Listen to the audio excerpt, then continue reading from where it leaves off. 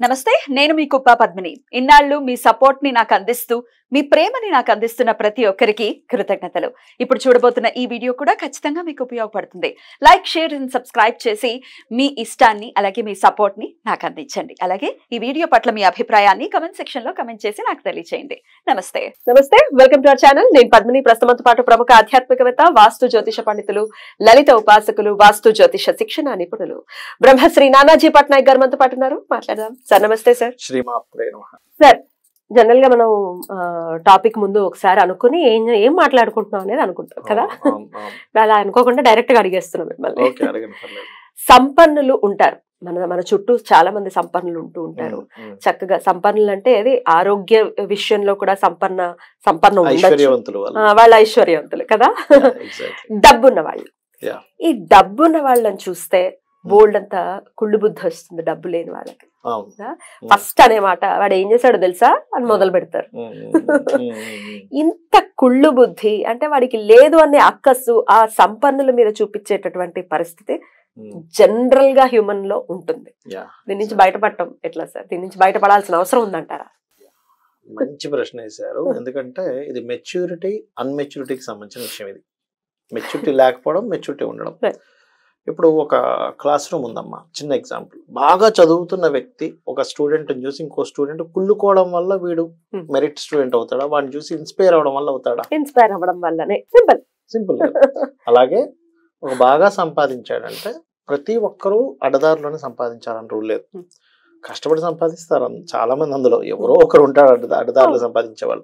నువ్వే ఆ ప్లేస్ లో ఉంటే నువ్వెలా సంపాదిస్తావు ఒకసారి ఆలోచించు. అంతే కదా. అంతే. ఒకటేంటంటే మనం ఎప్పుడు కూడా గుర్తుపెట్టుకోవాల్సింది, శాస్త్రం, వేదం ఖచ్చితంగా నువ్వు సంపాదించమని చెప్పింది. వేదంలో చాలా స్పష్టంగా ఉంది. కాకపోతే ధర్మబద్ధంగా సంపాదించు అని చెప్పింది. ఇంకోటి, సంపాదించేవాడు వాడు ఎలా సంపాదించాడు నువ్వు వాడు పక్కన నుండి చూసావా? ఫస్ట్ వాడు ఎంత కష్టపడ్డాడు వాడి ఇంట్లో వాళ్ళకి కూడా తెలియదమ్మా. ఒక్కోసారి బయట నుంచి కారులో వెళ్ళేవాడిని చూసి అనుకుంటాడు చూసారా, వాడి ఇంట్లో వాళ్ళ భార్య కూడా తెలియకపోవచ్చు కొన్ని విషయాలు. ఎంత కష్టపడ్డాడో, ఎంత స్ట్రెస్ ఫీల్ అయ్యాడు, వాళ్ళ సొంత తమ్ముడికి తెలియకపోవచ్చు, వాళ్ళ మదర్కి తెలియకపోవచ్చు. ఎందుకు చెప్పడం? నా కష్టం నేను పడతానులే అని ఎన్ని బాధలు పడ్డాడు. స్టార్టింగ్ లో బిజినెస్ స్టార్ట్ చేసి అప్పులు వాళ్ళు ఇబ్బంది పెడుతున్నా సరే అక్కడ మాత్రం పెట్టుకుని ఇంట్లోకి మామూలుగా నవ్వుకుంటూ ఏం పర్లేదు నాకు బాగానే ఉందని ఎంత ఫేస్ చేశాడు ఎవరికి తెలుసు? అవునా కదా? అది ఇంట్లో వాళ్ళకే తెలియదు వాడు ఎంత కష్టపడ్డాడు. నువ్వు బయట ఎట్లా అనుకుంటావు? నువ్వు ఎవడో అసలు మాట్లాడడానికి. ఫస్ట్ ఆఫ్ ఆల్ ఏంటంటే అసలు అనుకోవడం వల్ల నీకేం వస్తుంది? ఫస్ట్ వాడిని చూసి ఏడవడం వల్ల నీకేం వస్తుంది? ఏమీ రాదు. ఇది ఎవరో తెలియని వాళ్ళ గురించి కాదు సార్. ఇప్పుడు మన చుట్టాలే ఉంటారు, మన సర్కిల్లోనే ఉంటారు. ఇప్పుడు మా మరిది ఉన్నారు అనుకోండి, ఆయన చక్కగా ఎదిగారు, మా తోడు కూడా ఎదిగిపోయింది లైఫ్ లో. నేను బాధపడకూడదుగా, వీళ్ళు ఎదిగిపోయారు, ఇది ఎదిగిపోయారు. అలా బాధపడే వాళ్ళే ఉంటారు జనరల్ గా కుళ్ళుతో కదా. ఈశ్వరుడు ప్రసాదిస్తున్నాడు వాళ్ళకి అనే భావన ఎలా పెంపొందించుకోవాలి? ఇప్పుడు ఒక్క విషయం, ఒక క్లారిటీ పెరిగితే పెంపొందించుకోగలుగుతాం. ఎలా అంటే, ఇప్పుడు ఒక తల్లికి 4 పిల్లలు ఉన్నారనుకోండి అమ్మా. 4 పిల్లల్లో ఒక పిల్లవాడు బాగా చదివాడో లేకపోతే బాగా సంపాదించుకోండి, ఇంకోటి కుళ్ళుకుంటున్నాడని తల్లికి తెలిసింది. తల్లి వీడిని ఎలా చూస్తుంది? నువ్వెందుకు రా కుళ్ళుకుంటున్నావు, వాడు కష్టపడి పైకి వస్తే అని వీడి మీద అభిప్రాయం మారిపోతుంది. అలాగే భగవంతుడు, అందరూ పిల్లలే భగవంతుడికి. ఎవరైతే మనసులో కుళ్ళుకున్నా ఇమ్మీడియట్లీ తెలుస్తుందమ్మా భగవంతుడికి, ఇమ్మీడియట్లీ తెలుస్తుంది. ఇక్కడే ఉన్నాడుగా, ఎక్కడున్నాడు తెలుస్తుంది. తెలిసి వెంటనే నీ ఎలిజిబిలిటీ తగ్గిపోతుంది, భగవంతుడికి చేరే ఎలిజిబిలిటీ తగ్గిపోతుంది. కుళ్ళుకునే స్వభావం ఉన్నా, ఒకడి మీద ఏడ్చే స్వభావం ఉన్నా, ఒకడు ఎదుగుతుంటే వాడిని ఎలా కిందకి లాగాలనేటువంటి స్వభావం ఉన్నా నీ ఎలిజిబిలిటీ ఇమ్మీడియట్లీ తగ్గిపోతుంది, భగవంతుడిని చేరుకునేటువంటి ఎలిజిబిలిటీ. మళ్ళీ అలా నువ్వు పూర్వజన్మలో చేసిన పుణ్యాన్ని ఆయన ఏం ఆపడు, అది అనుభవింపజేస్తాడు. కానీ నువ్వు ఈ భగవంతుడికి దగ్గర అవ్వాల్సినటువంటిది మాత్రం దూరం అవుతూ ఉంటావు. నువ్వు ఎప్పుడైతే ఒకటే సింపుల్, అవతల వాడు ఎదిగాడు కష్టపడి, నీకు పోయేదంటే నీకు వచ్చేది ఏంటి? ఫస్ట్ పోయేదేం లేదుగా. నీ జేబులోంచి ఏమైనా లాక్కొని వాడు ఏమైనా కట్టుకుంటే వేరే విషయం. ఇప్పుడు కొంతమంది ఉంటారు అన్నదమ్ములు, వీడి ఆస్తి వాళ్ళు లాక్కుంటే వాడు ఆస్తి వీళ్ళు లాక్కుంటాడు, దట్ ఈస్ డిఫరెంట్ థింగ్. అరే నా ఆస్తి మొత్తం లాగేసుకుని వాడు అమ్మేసుకున్నాడు రా, వాడు ఏదో మాయ మాటలు చెప్పాడు, దట్ ఈస్ డిఫరెంట్. ఎవడో పక్కింటోడు సంబంధం లేదు, పైనింటోడు సంబంధం లేదు, ఆఫీస్ లో కొలిక్కు సంబంధం లేదు. కావాలని క్రియేట్ చేస్తారు. క్రియేట్ వీళ్ళు చేసుకుంటారు. ఏం చేశారో తెలుసా, అప్పుడు అట్లా చేశారట అని మొదలు పెట్టుకుని అమ్మలక్కల మీటింగ్లు, మగాళ్ళు కూడా ఒక్కొక్కసారి అయ్యల అన్నల మీటింగ్లు పెడతారేమో. ఇట్లాంటి మాటల్ని స్ప్రెడ్ చేస్తూ ఉంటారు. అసలు ఒక్కొక్కసారి పూజలు చేసుకుంటుంటే బాగా విన్న మాట, అందుకని బాధ అనిపించింది. బాగా బలిసి పూజలు గీజలు చేసుకుంటున్నారని విన్న మాట. ఇంకోటి సంగతి తెలుసా, ఇప్పుడు మీరు చెప్పారు కాబట్టి చెప్తున్నాను. అన్నిటికంటే పెద్ద పాపం ఏం చెప్పారంటే శాస్త్రంలో గాసిప్. లేనటువంటి దాన్ని నువ్వు స్ప్రెడ్ చేస్తే అది అన్నిటికంటే తీవ్రమైన పాపంగా ఉంటుందట. మీకు ఆల్రెడీ ఒకసారి నేను ఒక ఉదాహరణ కూడా చెప్పాను. ఒక రాజుగారు చెప్పాను ఒక అన్న సంతర్పణ స్టార్ట్ చేసినప్పుడు పాము దాని గురించి చెప్పాను కదా. అట్లా ఏంటంటే అసలు మీకు తెలిసేంత తెలియకెంత. ఇప్పుడు చాలా మంది ఏం చేస్తారు, అక్కడ అసలు ఆ వ్యక్తి గురించి పూర్తిగా తెలిసినా తెలియకపోయినా అది వినడంలో ఆనందం ఉంటుంది, వాడికి దాన్ని స్ప్రెడ్ చేయడంలో ఆనందం ఉంటుంది. అసలు దానంత దరిద్రమైనటువంటి ఆలోచన ఇంకోటి ఉండదు. ఎప్పుడు కూడా నీకు తోచితే ఒక మంచి మాట చెప్పు, ఒక మంచి పని చేయి. ఇప్పుడు కొంతమంది ఉంటారు, ఇప్పుడు మనకు తెలుసు క్లియర్గా వాళ్ళు మోసం చేస్తున్నారు, అలాంటి వాళ్ళని రక్షించడం కోసం నువ్వు చెప్పు, పర్లేదు. అరే చాలా మంది మోసపోయాడు రా బాబు, నువ్వు వెళ్ళకు, నువ్వు అనవసరంగా పోయి మోసపోగలవు అని మనం రక్షించడం వేరు, తెలిసి తెలియకుండా మాట్లాడడం వేరు. రక్షించడానికి మాట్లాడడానికి చాలా తేడా ఉంటుంది. నీకు తెలియకుండానే వాడేవాడితో మాట విని నువ్వు ఇదవుతావు అని చెప్పడం కరెక్ట్ కాదు. చాలా తేడా ఉంటుంది. ఈ తత్వాన్ని మార్చుకోవాలి, 100% మార్చుకోవాలి. లేకపోతే ఎలాగా అంటే చిన్నప్పటి నుంచి రావాలి, వాడి బుద్ధిలో ఉండాలి. అది మనం మార్చలేము. అది బుద్ధులు పాడైపోయాడు అనుకోండి, మనం ఎన్ని దేవుడు వచ్చి ప్రత్యక్షమై చెప్పి ఎందుకమ్మా మీకు ఎందుకు. శిశుపాలుడు కృష్ణుడే డైరెక్ట్ గా వచ్చి నిలబడ్డా ఎన్ని మాటలు మాట్లాడాడు, 100 తిట్లు 100 నిందలు, చచ్చాడు లాస్ట్. అంతే. ఎందుకంటే ఆ బుద్ధి ఉన్నవాడు అంత ఈజీగా మారాడు. దేవుడు వచ్చి ఎదురుగా నిలబడి చక్రం తిప్పుతున్నా అని అమ్మాడు. ఆ బుద్ధి లేనివాడు ఆఖరికి ప్రహ్లాదుడు తెలుసు కదా మీకు, హిరణ్యకశిపుడి యొక్క పుత్రుడిగా పుట్టిన, రాక్షసుడికి పుత్రుడిగా పుట్టిన వాడికి ఆ బుద్ధి పుట్టదు.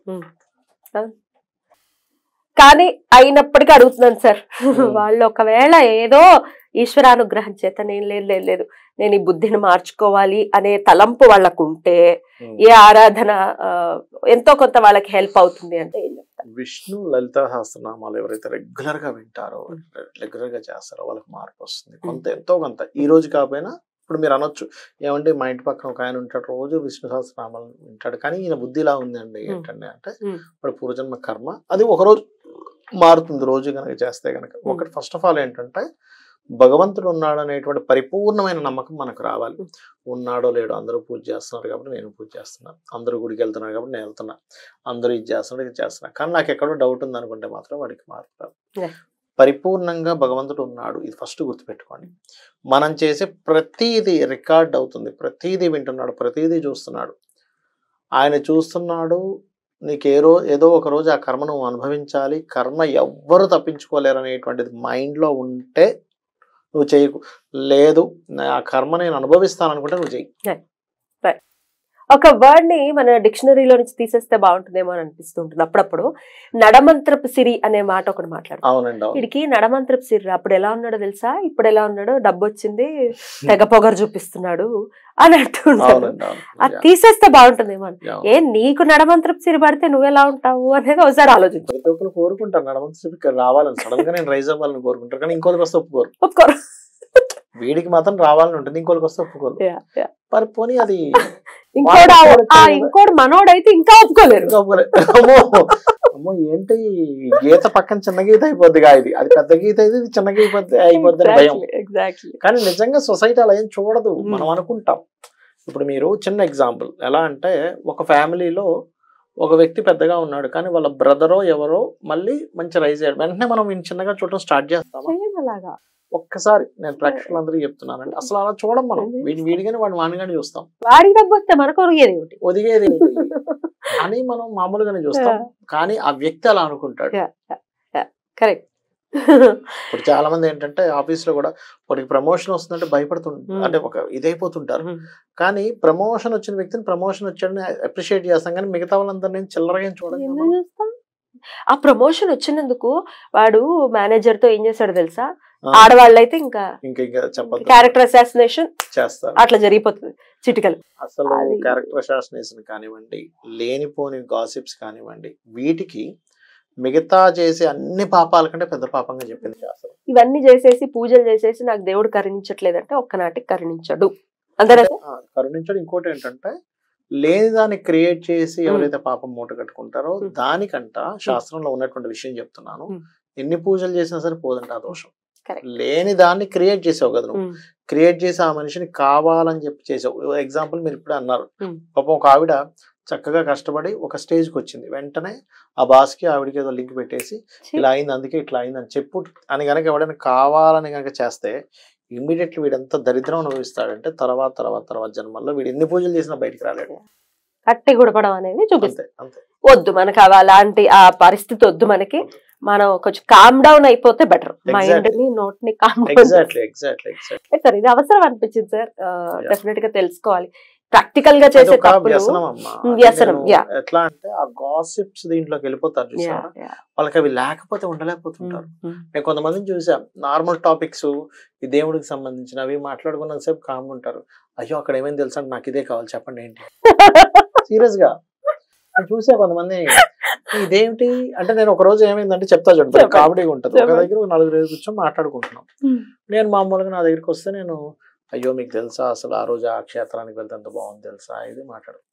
ఇంకో అతనికి చెప్పాడు, మధ్యలో ఒక అతను సడన్ గా అయ్యో ఆ రోజు ఏమైందో తెలుసా ఆవిడ ఏం చేసిందో తెలుసా, కానీ ఇక్కడ ఒక ఆవిడ ఉంది ఏమో చెప్పండి ఏమైంది చెప్పండి.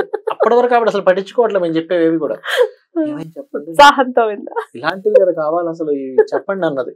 నేను షాక్ అయిపోయా, ఏమిటిది అసలు ఇదా నేను ఎక్స్పెక్ట్ చేయగలను ఇదే మీటింగ్ చెప్పలేను కానీ సార్ ఇట్లా చాలా మంది ఉంటారు, దేవుడి విషయాలే రుచిస్తాయి నా బొంద. అంటే అదొక వ్యసనం, మందు సిగరెట్ ఇవే వ్యసనాలు. అలాగో గాసిప్స్ అనే వ్యసనం కనుక మీకు పడిందంటే, ఒక వ్యక్తి అలాంటి పని చేయకపోయినా ఏదో గాసిప్ చేశారు, చాలా మనస్తాపం అది, అప్పుడు అది పోవడానికి ఓం మధుసూదనాయ నమః ఈ మంత్రం అద్భుతంగా పనిచేస్తుంది, ఇమీడియట్ రిలీఫ్ వస్తుంది. ఇప్పుడు ఎవరికైనా ఇప్పుడు మనసులో బాధ ఉంది అనుకోండి, ఓం మధుసూదనాయ నమః ఓం మధుసూదనాయ నమః అనుకుంటే ఇమీడియట్ ఒక 10 minutes లో మీరు క్లియర్ చేసుకోవచ్చు. అద్భుతం సార్, చాలా బ్యూటిఫుల్ గా ఎక్స్ప్లెయిన్ చేశారు. చాలా చాలా కృతజ్ఞతలు సార్. నమస్తే. శ్రీమాత్రే నమః.